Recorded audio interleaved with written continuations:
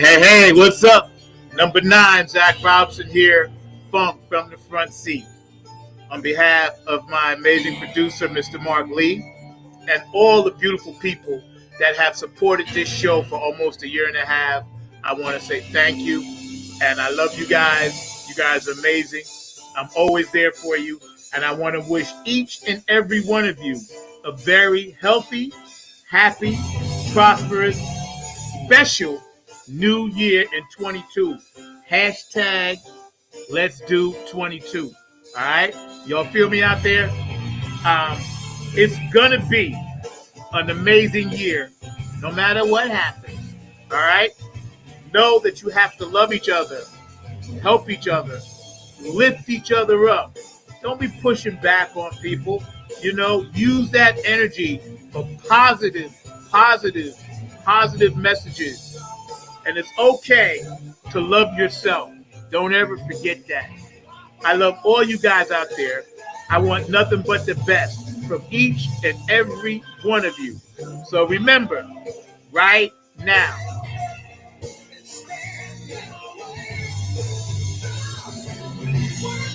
y'all know I like it loud.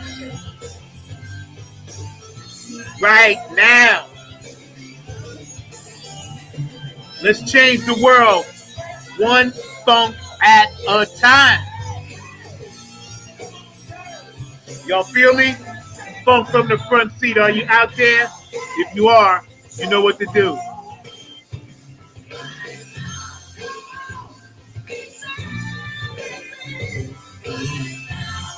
Right now, y'all, it's beautiful. Nothing but peace, love, and harmony. Enjoy your New Year's Eve and your parties and your gatherings. Be careful. Be safe. Wash your hands and all that good stuff. And just do you. We're going to be all right. We're going to get through this. I want everybody to know, Funk from the front seat, we got your back. We love you. All right?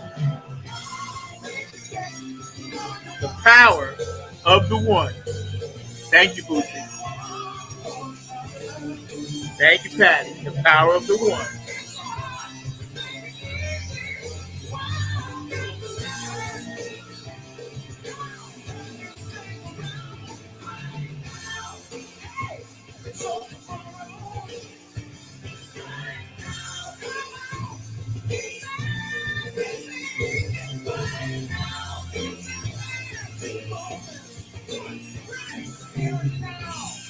I'll catch you guys next year, all right? I love you guys, man. Y'all are beautiful.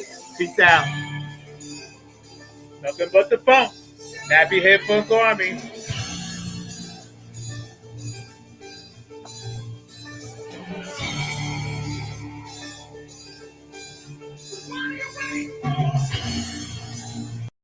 Where you at, Brenda? Where you at, Peppermint Patty? How you guys doing out there? West Coast?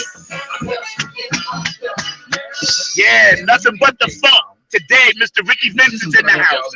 Georgia, I want y'all to tune in. North Carolina, New York City, New Jersey, D.C., I want you to tune in. Minneapolis, much prayers out to you. Up in Indiana, I know y'all going through it. Texas, I need you down here today. Yo, what's up, New Orleans? How you doing? What's up, Long Island, Bay Shore, where I'm from, Queens, New York? Nappy Funk Army's in the house. Yes. Let's go to Canada. Let's go to Dubai.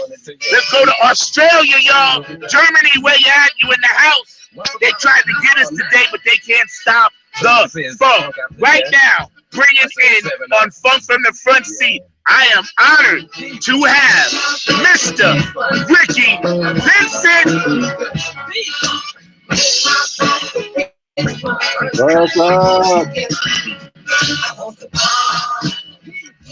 What's up, brother? How you doing? What's going on, brother Zach, man? It's wonderful to be in the loop with you, man. Funk from the front seat. I thought I needed some coffee to do this, but I'm just listening to you and getting juiced up for this. It's nice. I'm trying to keep it right, man. I love you, man. You're my brother, and it's like, this thing that we're going to get into today for a little while, people need to understand what you do and who you are, and how important you are to the whole funk movement. And I apologize for the technical difficulties here in North Carolina. Sometimes it's a little weird, and I can't even get on and get my straight, even though I was just talking to Mark a second ago. I'd like to thank my Mr. Mark Lee, the main man behind the glass, keeping everything popping. So thank you, Mark. I know I was like really crazy this morning, but you know, just to be really, really cool. And thank you, Mark, for all your hard work. Mr. Ricky Vincent, you are a funk legend, author. You know, Philip, you know, Philly Phil and Keith, and they all say you started this whole thing, man. And I am honored to have you as a guest. And I just want to, you know, hang out with you, and we're going to pick your brain a little bit, man. So how are you and your family doing with the whole COVID thing, first of all? What we made it through to the other side, and Good. you know, so that's a beautiful thing. And Yeah, it is. you know, we can start sniffing out some funk for real. A band that I know just announced Saturday, no cover jam session at a club out here called Yoshi's, and that'll I'm gonna slip in there tomorrow. That'll be the first club scene I've seen since February 2020. Yeah.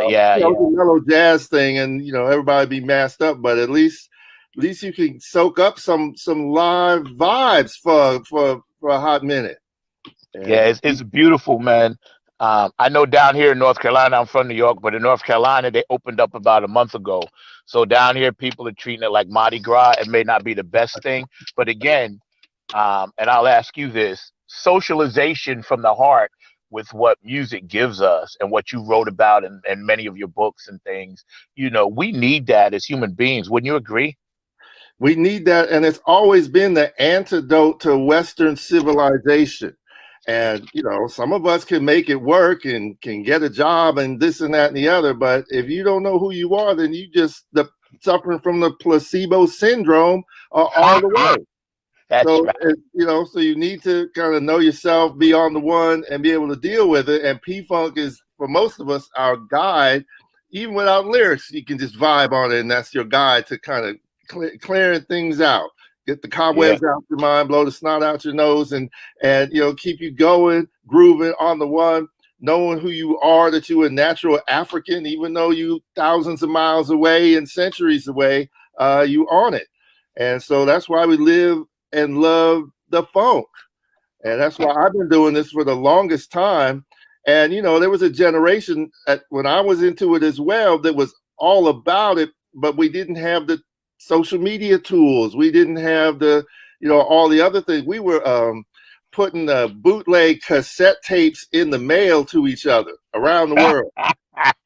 You know, me and my homie, the Funky Man, we did a show called the Maggot Brain Special, and we put out a call, and people sent me cassette tapes of bootleg recordings of Maggot Brain from all around the world. This is back in the 90s, right? Before anybody was on social media, on internet radio or anything. But it was a little slower, but we made it happen. That's, you know, young generation, they don't even know how you survive before social media. Well, if you social, you'll get some media that will work. And that's what people were doing, because we had the funk. You know, we didn't, you know, download it on the day it was released online, but we always got it word of mouth. DJs you believed in, that you trusted, could tell you what's up, you know, and they're like, oh, homeboy set us up. The way he said it is like, I got to go get that one. Sometimes they'll say, well, you know, this pop song is worth getting. And you're like, nah, I'm not hearing that. But when they say, oh, this one, you know, because our DJs were the ones, the DJ for the affair. They were the ones that let us know what was going down. And yeah, that's a lost craft, a lost art, and a lot of us are losing them, but they come back. Those things come in cycles. And I think now that all the funk is out there, it's there. I was calculating it because I'm in my book back in the day. I wrote a list of the, you know, the top funk albums. I missed some, but I put a list out there just so people could get started. And I listed how many were on CD at that time in 1995. And you know, it was maybe a third, maybe a half of them. Now everything funk is pretty much available online, but that means that's too much if you don't know which way is up. If you don't know where the one is, you know, you'll be up there talking about, wow, the Jonas Brothers are the bomb. Like, no, they're not. You know, they're not even a little finger cracker. No. Exactly. Somebody needs to lay that out for you. And some of our family members do that. But we know, you know, the hip hop generation, a lot of them, they learn their funk just by going to their cousin's record collection, going to their mom and pop's record collection. Amen. So the funk taught them on its own. Yeah. And then they came up with some beats and understood it. And then they actually, some of them, if they were lucky, caught a live P-Funk show and they changed their life, and then they riding with us. Yeah, that's right. That's right. You know, brother, I'm glad you said that, man. And again, we're hanging out with the man, the myth, the legend. I am so honored to have Mr. Ricky Vincent, author of many books, funk connoisseur. You are on the Mount Rushmore. Okay. When you text me back, I was just so excited. I was nervous. I was like, man, this guy is the guy. And you brought up something very cool. In New York, you know, there was always the Village. And the Village had that mixture, CBGBs, wetlands, whatnot. The only way we was hearing our funk was on WNYU Terry Terrell show on Saturdays from 7:30 to 10. That's how I got it. That's where I first heard Don Blackman, You Ain't Hip. That's where I first heard Pumping It Up. Because they wasn't playing that because New York is what it is. Now, me being a funkhead, bro, I don't know if you remember this company, Audiophile. I used to order all my P-Funk overseas albums. They would come back to me with Japanese written on them. I ordered from them. But I was in my neighborhood, I was the funk cat. Being a musician, I had all the stuff. When I first heard Maggot Brain, it changed my life. So I want to go back to the beginning again. You're an amazing man. You're an author, but you're an instructor at San Francisco State University, right? And I saw something. Oh, go ahead, sir. Keep on going. No, I was gonna say they were calling you the UHURA maggot. I don't know how to pronounce that. The Uhuru Maggot, Funketeer of the Year. That's how we would do it at the radio station. See, I started in college radio at Cal Berkeley, and one of the few things they taught us at the beginning of the college radio training is make your air name as outrageous as it could be. Right. And so we came up with some ridiculous names. And so I just was, I was trying to outdo the other people who have ridiculous names. And I just, Uhuru Maggot flows. It's what you hear that, and you're like, I need to know what is going on with that music, with that show. Who would call themselves that? And so it was something that it reflected what the sound of the music was on the show. Other folks, hip hop shows, there's cool folks, but a lot of them, their names are similar. We had Davey D out here. Well, there's a Davey D out on the East Coast. And, Benny B. They were cool, but you want something that nobody, it's a trick. You want something nobody will forget. Sometimes it's something nobody will remember, but it was just a name I was going to use because it told people, you coming this way, you're not getting the light stuff. We were deep in the B-sides when a lot of folks I knew that was down people was scared of the Parlette B-sides. They weren't ready, for Brides of Funkenstein or a solo Bernie Worrell album. For, some bootleg, P-Funk. They were just kind of catching wind that there's something beyond the Parliament chart-busting songs. And they were just trying to dig in. And, we was rolling for a minute with Digital Underground, Shock G and those guys. And they're the most P-Funkish hip-hop group ever. And we know it. Humpty Hump. Humpty Hump. But what they had was a skill to take, stuff just a little bit off the main line. And even the mainline stuff, they would loop it in a little different way. And there were still layers of P that, we had the school, Shock G and some of those guys, and look, there's whole other doors to open. door number 3, 4, 5, and 6 when you want to get, way down. But they had the sense to sample Theme from the Black Hole and, sample the slapping stuff. But they knew they was riding above something that was way deep. And so it was rich because we could contribute that. The Funketeers out here, David Chaos, the DJ, Dr. Illenstein. That was the first guy that introduced me to the whole world of Funketeers. That was maybe 1985. And he was listening to my college radio, and he called in, and I said, yeah, and we started to connect. And, and he told me about David Chaos, who's the guy. It's tricky because he's one of the first DJs. He's probably the first DJ in P-Funk because he was on R&B Skeletons in the Closet doing the Mixmaster Suite Counter Irritant, Nothing Left to Burn.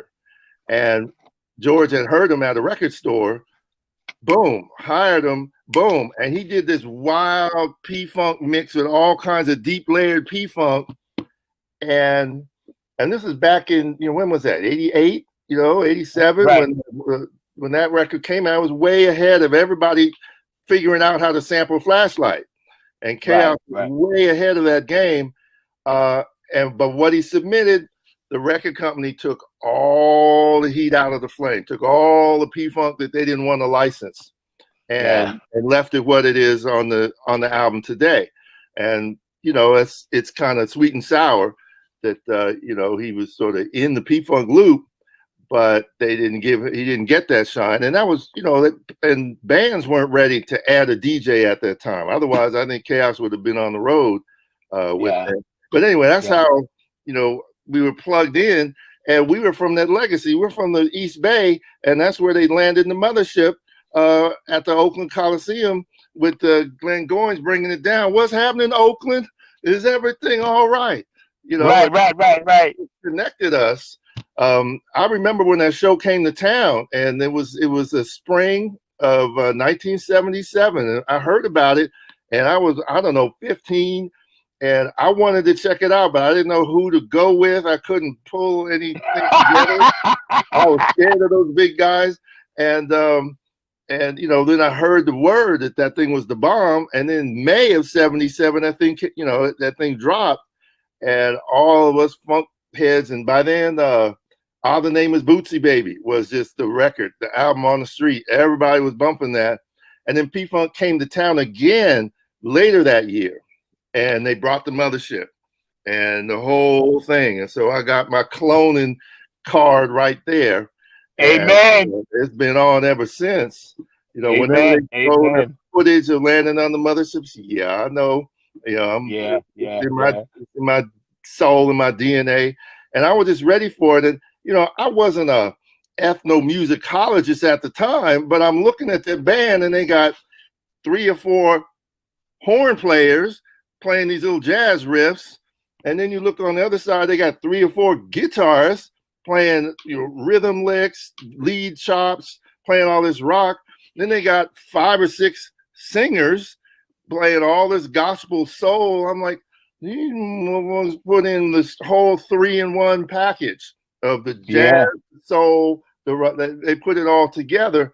And when you witness it done like that, it wasn't, it wasn't some sort of showcase. It was like, it was all on the one. That was just thunder, and it would just, it would transform you. But then when you think about how much they had just accumulated, they just took all the black music, all the blackness, and put it down there on the one for you. And if you're ready for it, it can take all of it. When Bootsy said, "Why not take all of me?" Yes, sir. They were giving you all you needed, and so I was open to it, soaked it up, and just kept moving ever since. And did what I could do at that time, which was write a little bit about it. And I was in school, and I wanted to write about black music, and most of the books had sort of stopped. They had stopped to a trickle by the 70s. They all these white people love to write about soul music, love to write about the blues, and some of them are real good at it, but nobody was interested in the funk, and the funk was taking over. and you can measure it with like sales charts and who was hitting, but if you watching Soul Train, you know who's hitting in 71, 72, and 73. You know Stevie was killing it. Billy Preston was slaying it. You had the bands War and Mandrill and whoever could be seen and heard coming up. You had these outdoor festivals in the park, and you'd be hearing Lonnie Liston Smith and this grooving jazz, African conscious jazz that you could groove to. And I was like, all of this is happening, and a generation later, it was digitalized stuff. It was you better sound like Prince or Michael Jackson or you're fired. And I'm not saying that's bad music, but it was a different scene. And yeah, totally. Now people want to know about that scene, because that was when Black people was liberated, and they were doing it on their terms.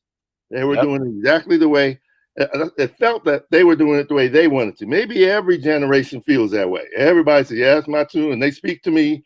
Okay, but this was the time when we had done all this work to sort of create a free space.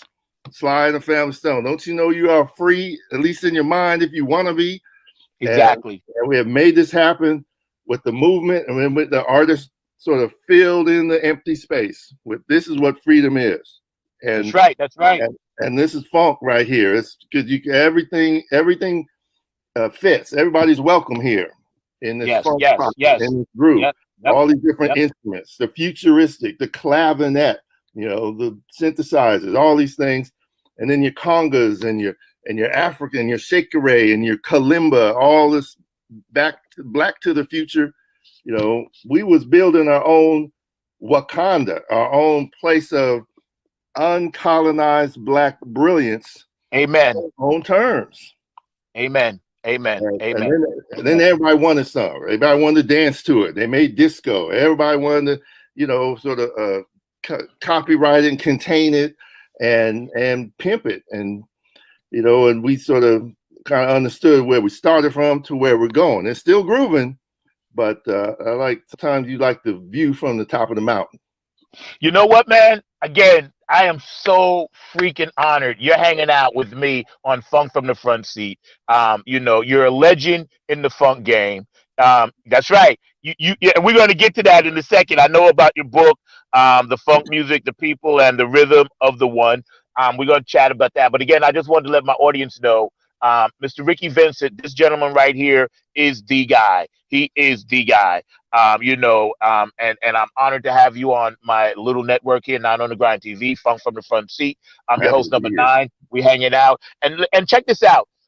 It was a Black thing in a way back then that, you can comment on this, please. I get emotional. I'm tearing up right now thinking about how I snuck backstage to see and learn, because as a musician, I wasn't really into what the audience was getting in 2D. I was back there hanging out with George and Mike Hampton. A friend of mine was a roadie for him, and I used to be back there with them. And, I was able to get the view from the back and learn. It was always college for me. I was a funkadelic born into it like you, sir. It was college for me. But when you said a minute ago, the mothership landed, I went to 3 concerts. There was one at Nassau Coliseum because I lived on Long Island. It wasn't big enough for the ship. Then about 2 months later, they landed it at the Garden. And pardon my French, all of us funkheads said, holy shit. That's what we said. We said, this is the funk opera. Our jaws dropped. And we said, Gary's flying around with the wings, Bernie Worrell orchestrating everything. And like you said, it was like watching 3 different bands play 3 different styles of music at the same time. Yeah. I had never seen or heard. And they were futuristic space gear on. Mm-hmm. George was blowing, giving shotguns to Glenn Goins. I looked at my friend, late Nathan King. He's dead now. I said, Nathan, are they allowed to smoke reefer up there? And he said, yo, they doing it. I was like, holy shit. You know, this man gives a shotgun to the world, thumbs his hands up, GC, I love you for that. I Mhm. saw that, and I was never, ever the same, brother. Let me tell you, you're the man. Funk, the music, the people, and the rhythm of the one. I'm going to quote from your book, Funk, the only music genre ever to have transformed the nation into a throbbing army of bell-bottomed, hoop-earringed, rainbow afro warriors on the dance floor. That's some deep shit. Tell me, brother. Tell me in your funk Yeah. mind about that. Well, look, it was just what we had all experienced. And my thing was, I could just tell just from the history books in the house and the movements I knew about and the music that I knew about, that if somebody didn't lay this out from the foundation of it, some outsider was going to show up, you know, didn't even get a late pass and come in here and try to, you know, reconstruct it in the wrong way. So I was just kind of hell bent to get the story out there first. And then it was like, okay, how do I tell this story? Because it doesn't really work as a chronological thing. Right. All these transformations took place at the same time. Yes, Miles sir. Davis going electric was bugging people out, and Yes. people were trying to figure that out. But I mean, that's the same time Aretha's talking about young, gifted, and black, and going through her black period at the same time. You know, then you have you know, Jimi Hendrix and the band of Gypsies sinking in on people. Not everybody got him right away because he wasn't on black radio, right? And so, but the whole funk rock trajectory and getting Maggot Brain, getting Free Your Mind and Your Ass Will Follow, getting that Funkadelic, and you once you realize that Funkadelic is just a dozen Jimmys on stage, then you're like, oh, wait a minute. They you know, this is the bomb. And it's funny when you said holy shit, because that's what it was, because it was Yes. divine, Yes. but shit. Yes. And that's where funk is. It doesn't, and George will say that, you know, he's not trying to be all clean cut and sophisticated, but even when he tries to be raw and down in it, the musical backdrop is so sophisticated. It's Yes. all the above. It's holy Genius. shit. Yeah. So we eating that up. So we still eating that up. We still hungry. We still carnivorous funketeers. And so we're always, you know, looking for it and loving it. And now we're more connected. You know, Gabe Gonzilla, he just did a thing with Blackbird. Yes. Yes. Right? Yes. I saw that. Yes. All up in his, I mean, and it's like the connections now, like you said about being backstage, Zach, we're giving more and more people that kind of intimate connection with this genius here, right? And it's like, you know, we're not going to get it on radio like in the past. We're not going to get it nationally televised like Don Cornelius did it, you know. But we're all, you know, have access now behind the curtain to see how it's happened. The bottom line is, though, you know, if you bringing it, that makes everything happen. Yes. And, you know, there are a lot of bands that bring it, and, you know, I don't care if they're from upstate New York or from the Netherlands or, you know, from Japan. You know, there are funk bands on every continent, and, you know, they all bring, you know, a satisfying experience if you're there. Sometimes it gets tricky how it transfers to recorded forms and things like that. And sometimes you can find it real quick. Sometimes you got to hunt, right? So that is a little bit iffy, but there's so many people around the world that know what the bomb is when they hear it, and they dedicate their lives to doing it, right? So the funk, it's crazy. It's as healthy as it's ever been, but it's this crazy underground phenomenon. That's right. The preservation of the motion of hip. You know, you said something, brother, that really connects me to you in a spiritual brother way. Like, God, we know each other, man. And I'm gonna make sure I send you some of my new music or whatever. And we're trying to reboot from COVID, but we'll get into all of that privately. But brother, let me tell you, It's an honor and a blessing and a privilege to have you on the show. I just started this last May, COVID, and when you hit me back, literally tears was coming out of my eyes because I had talked to Philly Phil and Keith about it. Literally, bro. And I was like, wow, this brother is the guy. And when you mention about the kids today, I love the Anderson Packs of the world and I get everything they're doing. Even when George did the Chili Peppers, I got all of that because I support everybody that's on the hustle. But for P Funk, the phenomenon, to be interactive before interactive was even a word, never got airplay, but yet blowed up. They would never play it on the radio, right? And like you said, you had to hunt for it. These kids have access today to stuff that you and I and our crew, we had to dig deep. But the thing I think that I want to try to stress to all the young people, and you can, comment on this, please, is that Funkadelic Parliament, the Parley of Funkadelic thing, including Bootsy's Rubber Band, is a way of life. And when you said just now that echoes, it's a way of life. I tell people, listen, Funkadelic is a state of mind, and then the condition and position of your ass. It's like, hey, we have our own language. A friend of mine from Australia said, man, go on that thread. I don't understand anything they're saying. Because they said, what are you guys talking about? I said, yo, that's who we are. And please comment on your perspective of how we're trying to fuse the two. Bootsy's doing a great job. I'm a Club Funketeer ambassador for him and Patty. I love them to death. God knows I love those people. Same with George and Carl. I love them, man, because they're still here. And I want people to understand you are still here, Ricky Vincent. You are Black history. Okay? You are Black history. So for those of you watching, this man is Black history. Please comment about the kids trying to bridge that gap. Oh man, you're covering so much, and thank you for pouring all that nice juice on me. I appreciate that. You deserve it. I can do. But that if you look at what Bootsy's doing, what's Bootsy doing? Bootsy's reaching out to everybody, right? He's reaching out. He got a whole album with the jazz cats, with the Christian McBride type people, the George Benson and stuff like that.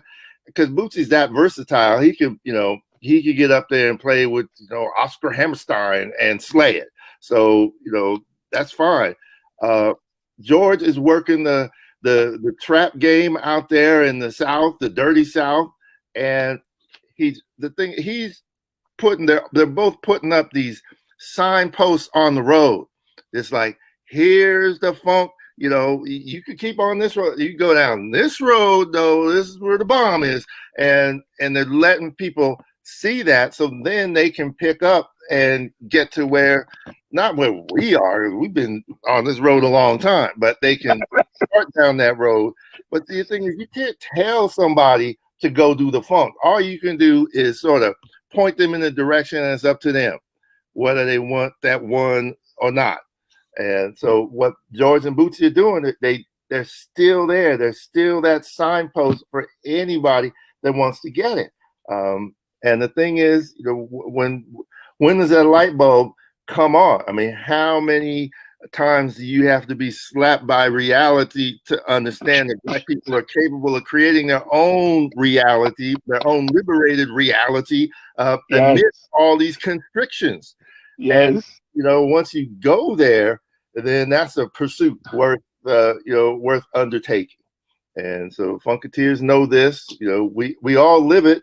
Even we got regular lives and regular jobs. We just still living it. And so that's a beautiful thing. And so I think George, we know this, but George has always been light years in time ahead of his time.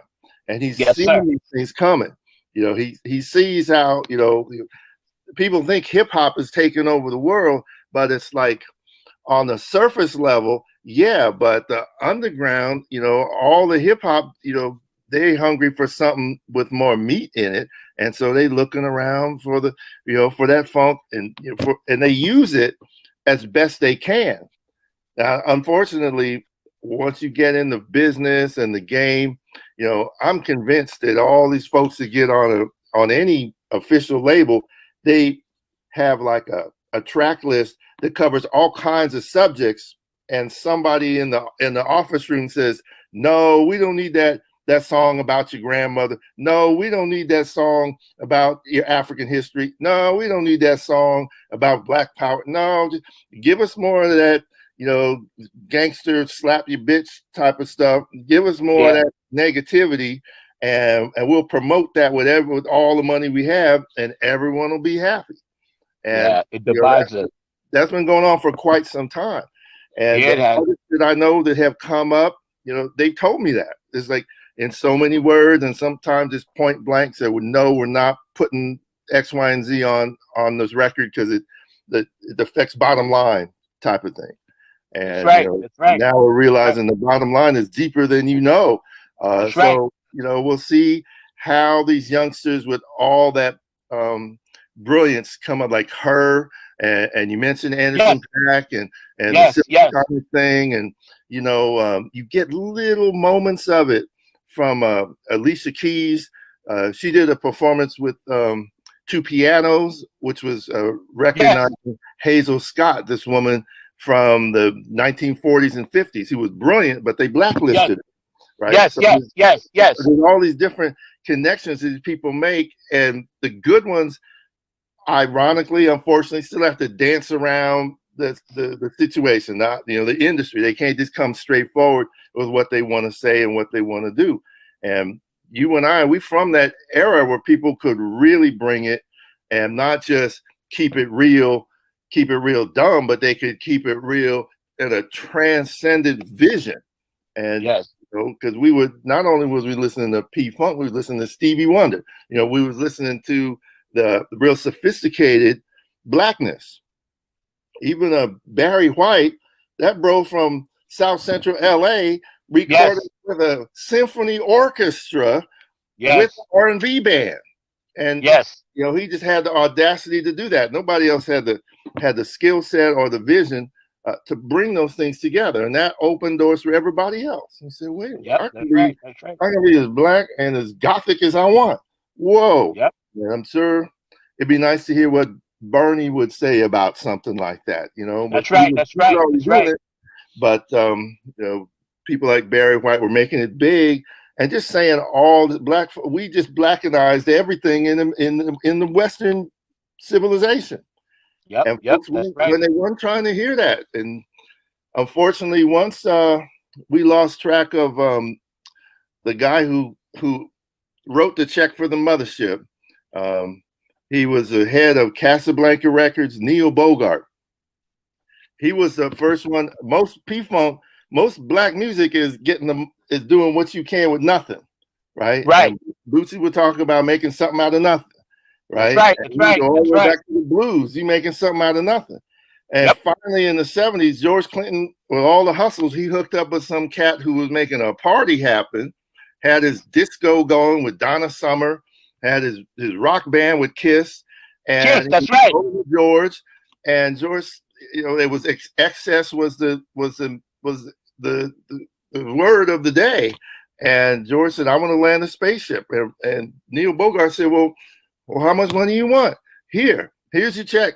Whatever you need, make your goddamn spaceship happen. And George was able to do that, right? And no other arrangement since has he had the opportunity, to do that. And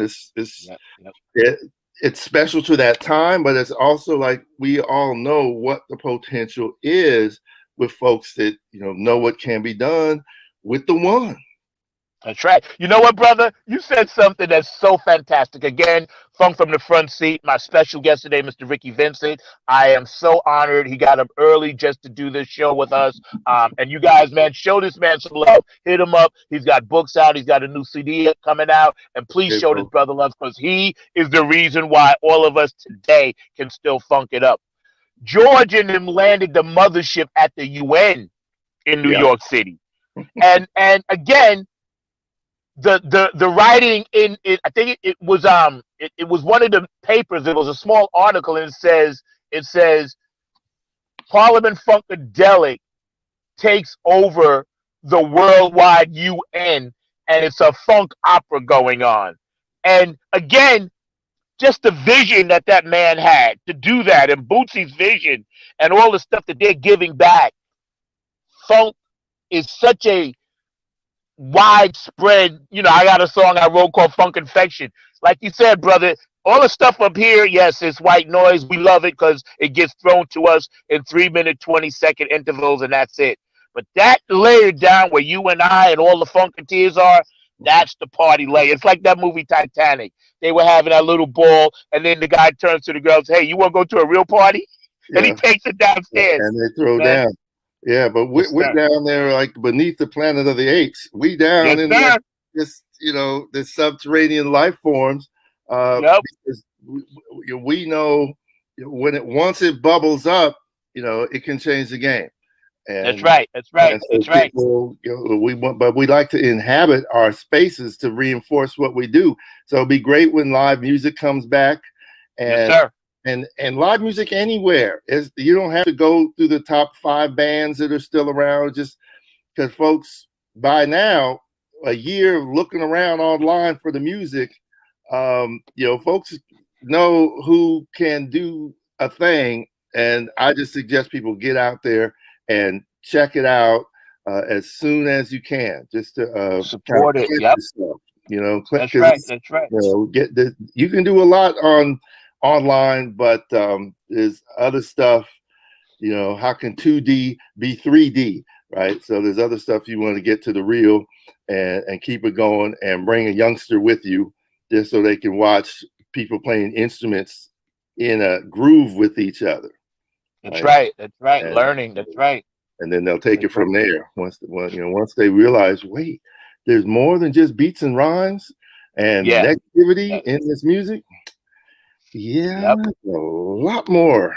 Just go down That's this right. path, and you'll That's find right. a lot of music and a lot of people.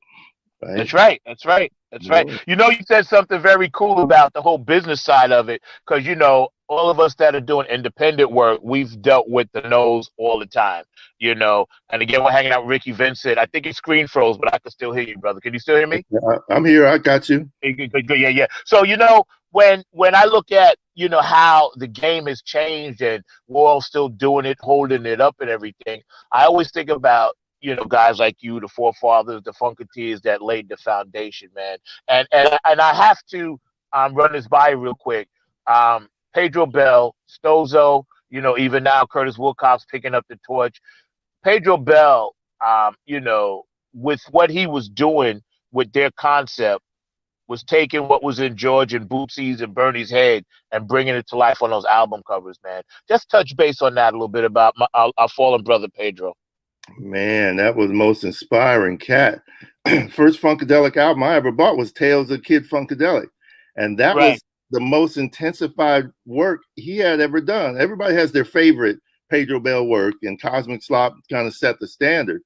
But the way I looked at it, all the liner notes that Pedro wrote were typeset except for Tales of Kid Funkadelic. And he hand wrote the whole planet, the whole adventures of Tales of the Kid in there. And so when you have the time to slow down, you can realize how personalized that whole thing was. But all of them was inspired, but they were just so lunatic, ghetto fabulous, and brilliant, and just all these different things about them. And it's like, whoa, this is gonna take forever to read every panel, to understand the layers of depth that he sees and you can perceive through it. And so Pedro, when I first got exposed to P-Funk and the album notes, I thought George had written all those things. I didn't know what a Sir Yeb of Funkadelia was. And anybody else can come with splank like that, the way Pedro was. And then I realized it was this other guy. And it wasn't until maybe the backside of the Jimmy G and the Tackheads album, maybe there was pictures of him, right? Working, messing around and clowning and doing the things he was doing with the sort of all picture collages he would do and things like that. And you started to learn who he was. And then and he was one of those early social media interconnecting people. And we would be sending tapes to each other, right? And he sent some P-Funk tapes that I was like, they're still whoop ass. And I would send him some of the local music and some of the things we're doing, and he was bugging on some of the bands we had, and it was just a beautiful thing, just being around somebody that had all these layers. I mean, he was, as far as I could tell, self-taught. Yeah. And you know, yeah. I work at an art school, and I tell these people, yeah, he bought a pack of big felt tip markers and worked on a panel 3 feet by 3 feet, and that's what how he would design these things and submit. Yeah. And then, what? How can you do that? You know, it was because he did it his way, but it was exactly what P-Funk needed and required. And for those of us that get exposed through vinyl at that time, it's like, well, he's as much a member of the band as anybody else playing on the record. Yes, exactly. And he definitely helped define how freaky and scary and brilliant Funkadelic is for so many of us. And the music is the only thing to keep up with his style. That's one of the songs on my second album coming up.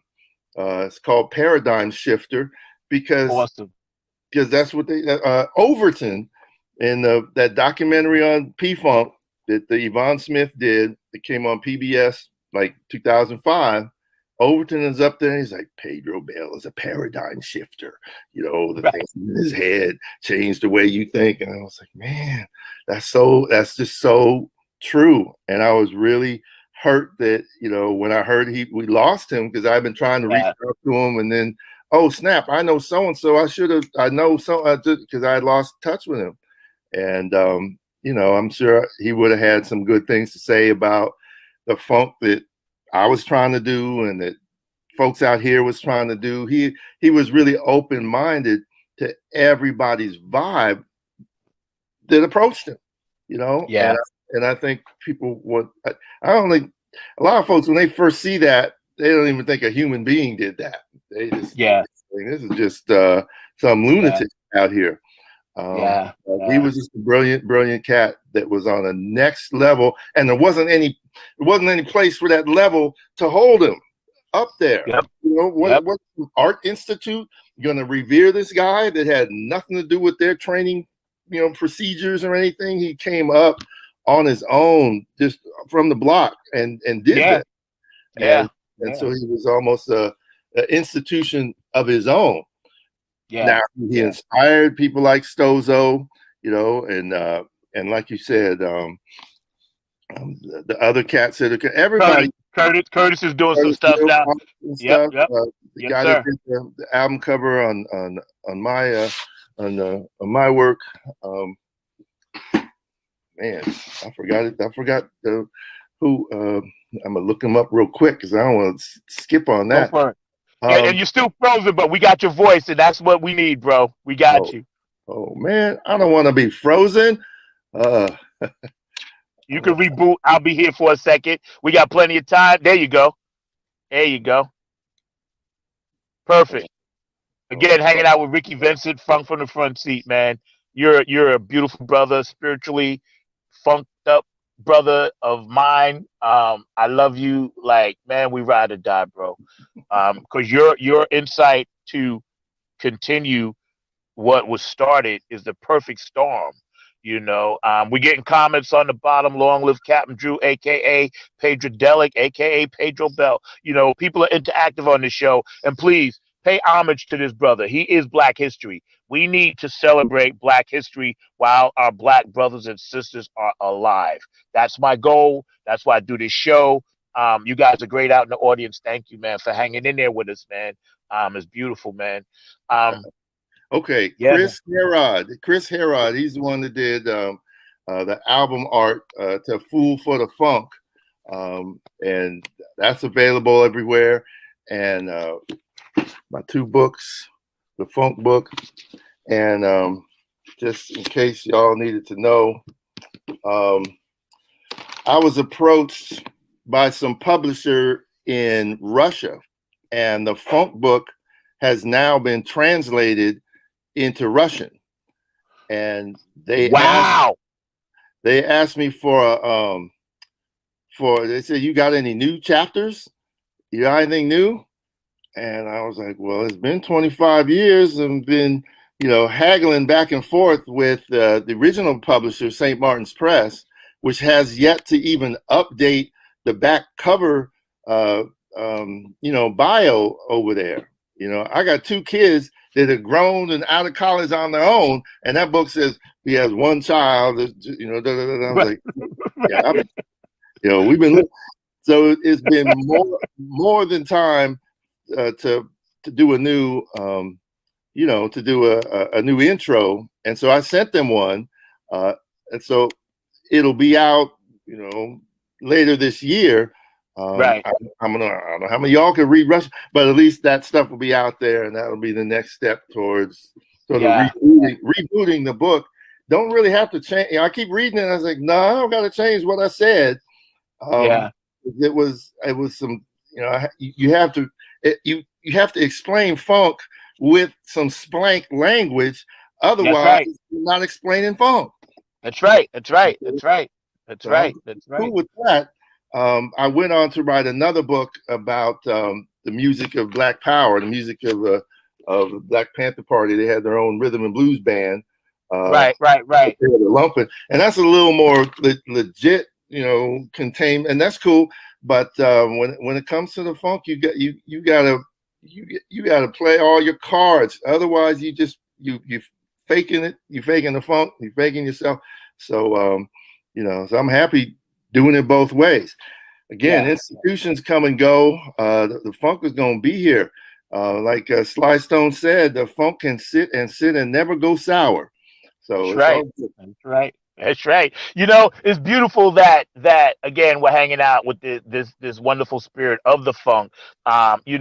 It always brought us together. What I used to tell, and I try to tell people now, there's never any stress at funk concerts. Every now and then somebody may do something here or there, but it was always a peace, love vibe.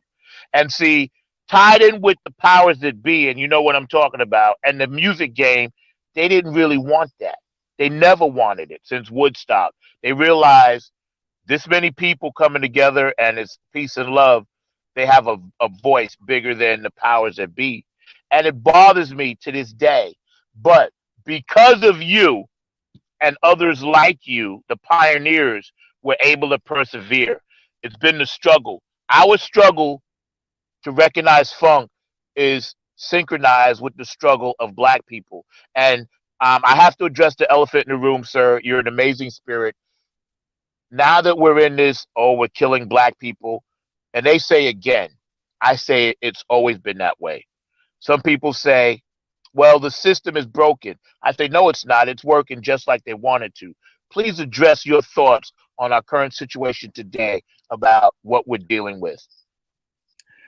I've reached a point where when I see almost all of those threads of people, how can this be? How come the police can say this way and then shoot, and then with a white person they don't shoot, and how come it's this way? And every time I just post fear of a Black planet. Yes. Why is it prison through the fear of a Black planet? Why is the immigration policy like the fear of a Black planet? Why?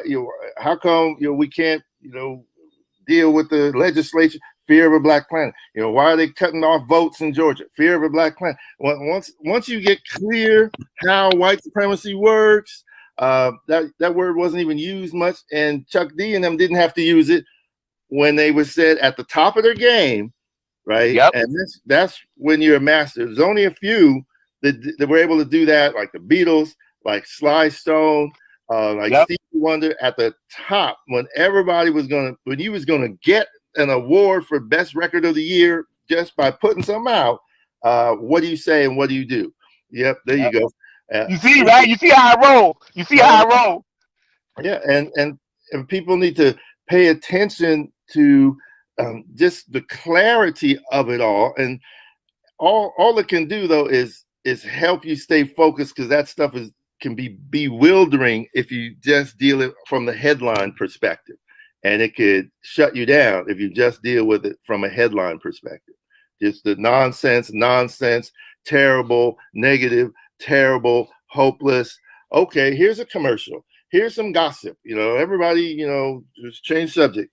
And then, you just come out, like George Clinton said, fat, horny, and strung out. You're not ready to deal with anything. But if you understand sort of the larger forces, that just gives you space to stay focused and get your own thing done, because this is all part of a pattern and all part of a plan. And the thing is, Zach, one reason people look back to those days of the funk and the days of the liberation movements is that brothers had plans. They said, this is my plan. This is my 10-point program. Okay, this is my organization. You don't have to agree with it, but at least there were folks putting those out there saying, this is what we do. This is what can be done. This is what a network can do. And, you have to keep trying, even though even the most people were able to do was realize we can't put all the black movements in a room. They tried it in 1972. There was a convention, sort of an all colors black convention. I don't mean all shades of black. I mean all political shades. And the black nationalists didn't want the NAACP in there because they had white allies in there. And the NAACP didn't want the Black Panthers in there because they was Marxist, and NAACP was black business. And we had and everybody came at it. And Mary Baraka was there, and he had to manage the whole group. But with his black soul and black style, he was able to at least get folks in the room together, understanding we all have the same needs and desires, but we have all these different approaches. But folks didn't really have a chance to build heavy on that. But we need to start thinking about those ways of building, even if it's rebuilding what we already did. Yes, sir. And some folks don't want to do that. Black folks don't want to do nothing that's not original, and that's real. Sir. But one thing we've been doing since we first got here 400 or 500 years ago is, you got to keep that struggle going. Because even when you are called home, the folks that you help bring in to the world, it's going to be theirs, and you got to give them something. So, it helps if you have, a bigger understanding of how it works, so that all the daily nonsense, the electric spanking that happens, doesn't knock you out. Yes, sir. Nobody's saying it's easy, but it does mean that, I don't know if this happened to you, but more and more folks into that extra heavy P-Funk now, into that extra heavy solo Blackbird albums. Happy birthday, Blackbird McKnight. That's right. All of us Aries had birthdays this month. Yeah, a lot of us. Yeah.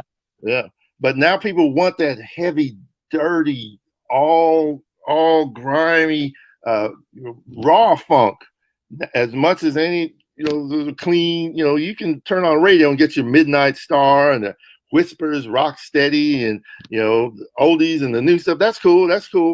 But now folks jump right to, that hot stuff, the jerk chicken of the funk, the real raw power stuff. I love it. I love it. The mild thing, there was a time for that, but it's not really time for that unless you're going to exhale and escape for a minute and chill. That's cool, but just to get through it now, I've seen it, I've felt it, and the audience for the raw stuff that I know people didn't like or were scared of when I first started doing this. They were ready for the funkadelic, the life of the funkadelic B-sides. But now folks, they need it by any means necessary. Yes, sir. Get them through it.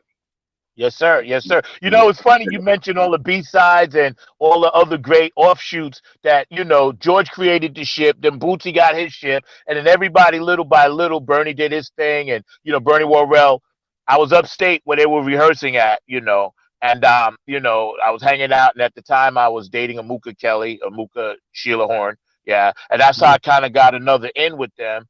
And, I always wanted to play with them, but never got that chance. But I learned so much. And maybe one day I'll be on that stage with them. But again, George Clinton, Bernie Worrell and Bootsy Collins told me to start the Nappy Head Funk Army. Oh, And just because those words came out of their mouth, they saw something and they said, listen, you got to do that. And ever since then, that's why I've been doing it for 18 years, because they said, you got that. There's something there. Do it. We need that, because they knew eventually they're going to just kind of sit back on Mount Rushmore and look at all of their, like George Clinton said, father of the world, the clones. Look at all the clones doing their thing and spreading the funk. And I got to give a shout out to Benevolent Funk, Donna Sneed, Otis Hogg, keeping the funk alive. You see me wear this hat. They sent me some swag. And any swag you can send me for free, I would appreciate it, because that's what I do. Because, you know, I'm a hustler. You know what I'm saying? So, yeah, hook me up. But, you know, anybody out there. And, you know, Next Exit, my friends, you know, their stuff. And this goes to you, the Next Exit single that they put out. But the Boogie Munsons of the world trying to keep it alive, and what they're doing, and everybody, you and everybody, Philly Phil and Keith Jackson, all the funk shows, and, you know, you mentioned Gabe, and, you know, you got my main man, Larry Funkster Jones, and Club Funketeer ambassadors. Funk is such a part of the fabric of society, but still, it seems like we're always cloaking on people. They don't see it. We're not in the Super Bowl. Why is that? I don't know. There's a half dozen bands that could slay it right now. They could let Kool and the Gang in the Super Bowl halftime and kill it. But Bootsy and they don't, and see, they go both ways, because they used to do like 4 groups would do a song and a half with the Super Bowl. Yeah. Even Beyonce's classic Super Bowl 50 X layout. I mean, she wasn't even the top billing that Super Bowl. It was, I don't know, Coldplay, I think, right? Yeah, but they could bring in a funk mix, just so folks know. Maybe if Silk Sonic and the Bootsy connection kind of keeps going, that kind of thing could happen, and folks will get it. And I do hope, you know, more people get to see real Bootsy before we get, you know, to the next generation. Next era, but even after that, the funk will still be here. That's what's just so heavy. It ain't about to fade, and it's like all these other approaches and trends and styles. They keep coming, they keep going, they keep getting marketed, but break it all the way down, it's still about Right. Every time I hear a song, I'm like, and I tell my daughters, I got one, 13, hi Maya, and Kayla will be 17 next month. And and they know about Mahalia Jackson and everybody. I taught them. They got vinyl, so they know. But the funny thing is, when we hear something, and they'll be like, okay, Dad, where did that come from? Because they're going to ask me, because they know I'm going to be like, yeah, that's nice, but that came from Sly. Or, no, that's kind of like, you know, a riff that came out of, you know, the time. Or, you know what, that's kind of cool, and I dig what they're doing. But you know what, there was a guy called Jimi Hendrix that did that, you know, like you said, Band of Gypsies. And I've been blessed to even live to be 63 years old, to even tell these stories. And God is so good, because we all had to pivot during COVID. I know you pivoted. We all did. And Mark Lee, and I'm going to bring him on in a second. He wants to ask you a quick question, my producer. I always let him ask my guests one question. And I know it's early for you, but brother, I love you from the bottom of my heart and soul, you know. When somebody is doing their very best and they're hustling and they're doing whatever they can do to make this funk thing happen, I pay homage to them. And I want to say to everybody out there, Dr. Brookensteins of the world, he does my website, all you guys that are keeping it alive, continue to do you, because this brother right here got your back. And I know that for a fact, because he's on my show telling you the signs. Mothership this way, regular stuff that way. Do you want to have fun and get funked up, or do you want to just drive the car? And thank you, man. I'm going to bring my producer on, Mr. Mark Lee. I know you got a question for Mr. Ricky Vincent. Mark is a dynamite guy. He's my brother from another mothership. So, Mark, jump in real quick, man. And, yeah, Bruno Mars is cool, but it ain't funk. You're right. It just got the word funk in it. Mark, Mr. Ricky Vincent. In my name, where you got RickyVincent.com, it's RICKEY. People right. All right. Yes. put it in Right, exactly. there because I'm getting a little scroll across there, and I want Yeah, everybody yeah, and to I check out the website because I yes, go yes, to the yes, album and everything. I'd be appreciated. right. We can correct that. We can edit that real quick and everything. But one of the things I was going to ask you, Ricky, and everything is I'm a big fan of the Black Panthers, have always been a big fan of the Black Panthers. You actually alluded to it earlier, your other book and everything. I'd love to hear you talk a little bit about their legend, their connection to what's going on in the world even now, because I feel that they're very much connected to the Black Lives Matter movement even to this day. So I'd love to hear your thoughts on that, because I didn't even know or had not realized that they had a band. I definitely remember about the food program and a number of other things, but I was not aware of that band that they had, but definitely am a big fan of the powerful work that they did. But I'd love to hear your thoughts. Okay. Yeah. I didn't know they had a band either. When I went into it, I was just kind of researching how the music and the movements overlapped, right? And then I realized, then I started to read, and then I got a call from Boots Riley from the Coup, that's that rap group, and he made the movie Sorry to Bother You. He's real busy guy, and he's a Funketeer. And he said, Rick, did you hear that? Did you hear that they had a band? The Black Panthers had a band, and he told me who to talk to, and I talked to some folks and dug into it. And it turns out in 1970, just as the Breakfast for Children program was jumping off, and the Panthers, when you start to learn about them more, when they began in 1966 and spring of 1967, and they marched into the state capitol building, packing in Sacramento, and they said, we are here, to say, we will defend our community because the police will not. And they were saying things people right now on a large scale are understanding. And these brothers and sisters said that, right from the jump. And so much of it was about self-determination. We will defend our communities. We will feed our community. We will protect them and help them with housing issues and education issues. And they can come to our chapters, and if there's a crisis, we can address that because we have all these skills. And it reminded people how much we have as a skill set. It doesn't matter what college training you have. If you have a skill set, if you can organize stuff, well, organize the cache of ammunition one day and organize the food storage the next day that we get for the kid. I mean, the people had skills, but there was a vision at the beginning that was standing up to the brutality of the state. And remember the Vietnam War, it wasn't censored. So we saw the state doing these things to people all around the world and on the street.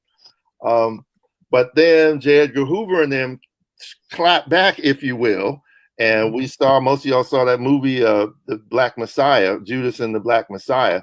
And that's how dastardly they were. And so Huey Newton pivoted and said, let's rebuild our connections to the community. And it's not about highlights of shootouts. It's about building a service to the community from folks that are willing to do what it takes. And that's how they evolved into this organization that really was hands-on, educating the kids and, doing things that really service the people from the early 70s on. And then a lot of those guys that were doing the work, after the day they do the work, they just kick back and start harmonizing. That's what brothers did. But today they might, freestyle rhymes. But back then, 1969, 1970, grown brothers and sisters would start singing songs just off the top of their head and make up new songs and blah, blah, blah. And so they developed a little core of cats that could sing. And there's a guy named Emory Douglas. He drew those real intense looking drawings of Black folks, sort of in the world. It was like in an urban space, but they had a sort of a militant consciousness. The cartoon drawings of Black folks, the sort of official artist for the Black Panthers, he was the minister of culture. And he heard these cats and said, we're going to make a band for you because everybody needs to hear the way you do this. and get you to pitch for the party. So these guys, they came together. One of them knew how to write lyrics, so they redid Soul Standards. They redid People Get Ready by Curtis Mayfield. And it wasn't People Get Ready, there's a train a coming. They said People Get Ready, the revolution's come, things like that. Sir. And Sir. so they knew, and they knew the techniques of harmony and how to do, they respected the music. Because all of them, this is the thing, all these folks were living lives as teenagers, typically high schoolers with vision, and then the revolution hits. Martin Luther King is shot. Malcolm. Black Power. All these things are happening to them, and they just snap out of it and say, ain't nothing more important than a commitment to revolutionary change for my people. And they would walk in the office and say, I'll do whatever you want me to do. Let me get going. So a lot of them had a skill set just walking in that they were willing to leave alone. But it sort of grew back out. And so these four guys became this group called the Lumpin', and they would sing these songs. And all they had to do was make a couple phone calls to get folks they knew to play in the band. And so they would do gigs for free. The gigs would be, you'd pay to go see them, and then all that money would go straight to the party. And that was just part of what you did if you were a party member. So it was a very interesting way they mixed the work of an R&B band with the commitment of the Black Panthers. So inside that story it's a trip because it brings out these larger questions of what does it mean to be a committed artist?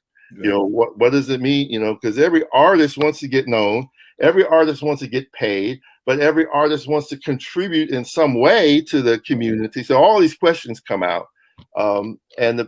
Like so many other elements of society, the Black Panthers are really the reason why you have Black studies in your local colleges and ethnic studies. Because when you start to unpack it, all of that began with this big student strike at San Francisco State in 1968. And then when you start to unpack that, you're like, well, all that was because Blacks were organizing at San Francisco State, and a whole lot of those people were Panthers. So they were like, we need to demand education that teaches us who we are, that gives us power, of self. And the institution had no choice but to respect, because that was valid for educators as well as union organizers, janitors. You froze up again. I didn't mean to cut you off, but you froze up again. Your face froze up, but we can still hear you. Yeah, I just wanted to let you know. Keep going. So anyway, the Panthers kind of connected to a lot of issues that are still vibrant today. And again, it helps to sort of get a handle on the basic story, right? So I finally put party music out just because I wanted to get as much of that out as I could. And so it tells the story of the rise of the party, but it connects it to the music. So like the first chapter, the second chapter talks about how the rise of Huey Newton and the rise of Sly Stone were very parallel, because they both showed up, completely changed the game, and then kind of disappeared. And people had to figure them out, wait a minute, what? And so people were they were still trying to figure all of this stuff. People still catching up to Sly Stone. And now they don't know. Still catching up to Huey Newton's vision for so I connect all these things. And then, I said they do Curtis Mayfield. Well, Black Power in Chicago is its own entity, its own story. And like I said, that was the movie. That was Black Power in Chicago with Fred Hampton and all that. But that's what is Chicago soul? I mean, that's Curtis Mayfield. That's all the other vocal groups that are out there. Rufus and Chaka Khan was from there. Herbie Hancock. Chaka Khan was in the party. Chaka Khan was serving breakfast. She talks about Fred Hampton in her book, her autobiography. So these things overlap. I didn't have to dig very hard. It's just that part of the story doesn't get told by your average mainstream narrative. Definitely. I know I'm going to bounce off and turn you back over to Zach, but we want to hold on 1 second, Mark. We want to see if we can get Ricky's face back up because he's frozen. But those of you that are listening, that are watching, you frozen again. Yes, sir. Yes, sir. He's not frozen on this end. You can see me. Excuse me. I said he's not frozen on this end right now. Well, that's good enough. Then it's just my phone. Yeah. My phone is acting up, so that's fine, man. Yeah. Again, Yeah. hanging out. Thank you, Mark, for that insight. But get ready to bounce off and everything. Let you take it back over as you always do. You do a masterful job. By the way, just really quickly, Ricky, was that one incident you talking about with the Black Power organizations getting together? Was that the one in Gary, Indiana? Because I think I'm familiar with that. Yes, the 1972. I forget the title of it, but it was this National Black Political Convention, and it symbolizes this effort by all these Black groups to try to bring a national Black agenda together. And it'd be interesting to see how would you do that. But you try that today, around 5 minutes in, you'll have folks saying, well, you got to bring the Reverend Farrakhan in there because he's so connected to the community. And then outsiders will say, well, you're not allowed to do that because he is X, Y, and Z. And and then it becomes, well, do the people have the power to make their own choices or not?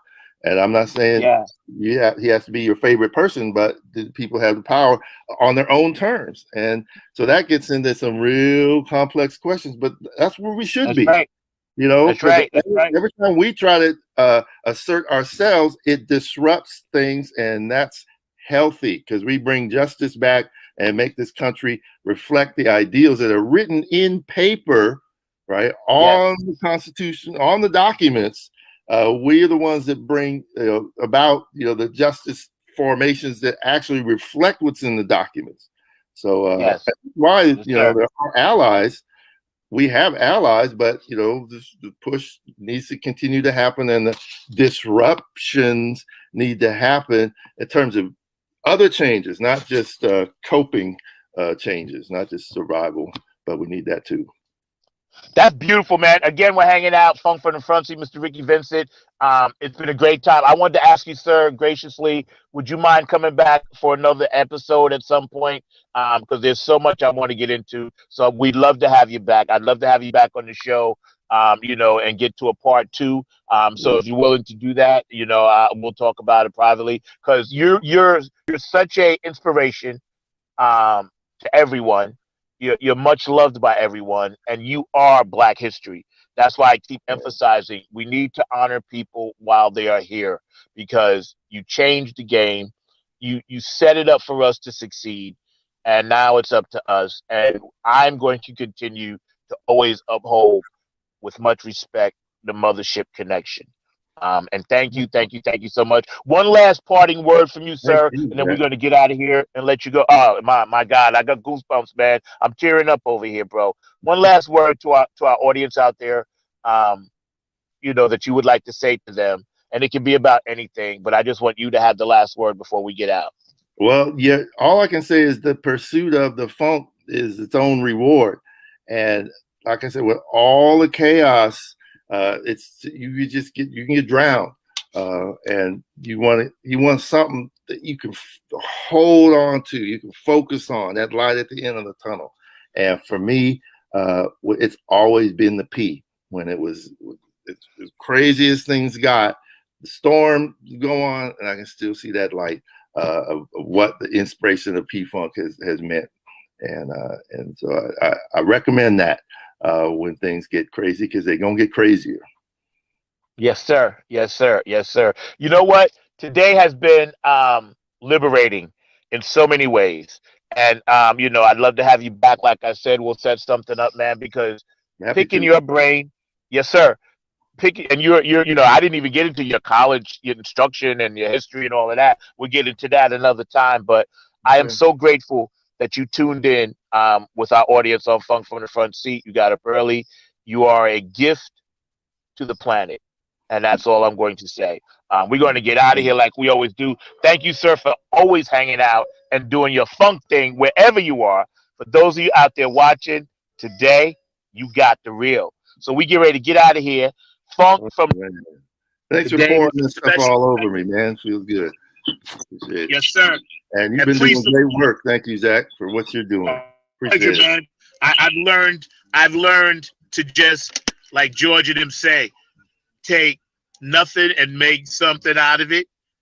Stay in my lane. just try to add to the canvas, like you said, with those other bands. And because of people like you that inspire me, I'll be totally motivated, and I'll always keep the funk alive, you know. So again, you can sit with us. I'm gonna do my normal shout out while you're hanging out on my little ship. It's always funky in the front seat.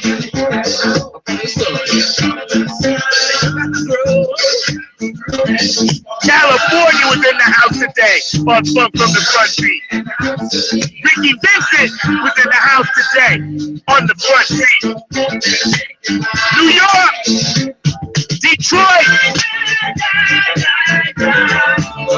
DC, Jersey, Bayshore, New Orleans, Texas, North and South Carolina, woo! Utah, Arizona, Portland, Oregon. There you go. Japan, Germany, Australia, love you, Carmen. Brenda, Luke Moody, Ohio.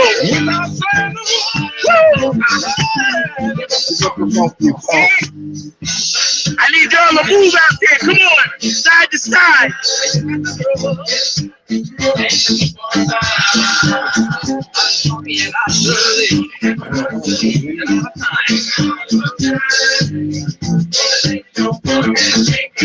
Yes, sir. Funk from the front seat. Night on the grind TV. Bringing it to you in your face. Shout out P-Funk Radio, Keith Jackson, Billy Phil, Funk Buzz. Dave Gonzalez, I love you. Robin Circle of the Peace. Larry Funkster Jones on Saturday, I love you. Woo! Our guest today, Ricky Vincent. The man, the myth, the legend. We get ready to get out of here. On that note, I love you, bro. I'll catch up with you. I'll call you. And I'll send you some stuff. And you have been a true gift today on this journey of peace, love, and harmony. Thank you so much. Thank you from the bottom of my heart. Jack. Thanks for reaching out. Man, let me tell you, you're the man. That's just it. You know, you're on the Mount Rushmore. So when I touch your garment, I get electrified and get electric spanking. And I'm ready to fulfill my funk. I'm ready to be the groove allegiance of the funk wherever I'm at, representing it in a positive way. Like Boosie says, the power of the one. That's right. All right, brother. We off the air in a minute. Mark Lee, my main man.